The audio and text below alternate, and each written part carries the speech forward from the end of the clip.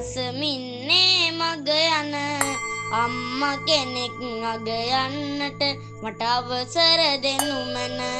මට අවසර දෙනු මැන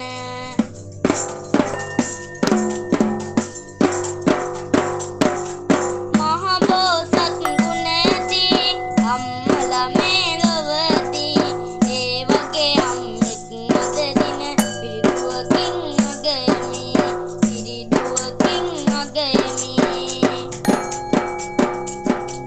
අපේ පන්සල වෙත ඔබ කළ සේවය අපමණ ඒ ගැන විස්තර පොඩ්ඩක් මතක් කරමි අද දින මතක් කරමි අද දින සාහිත්‍යයද සාදලා ශාලාවද ඉදි කළා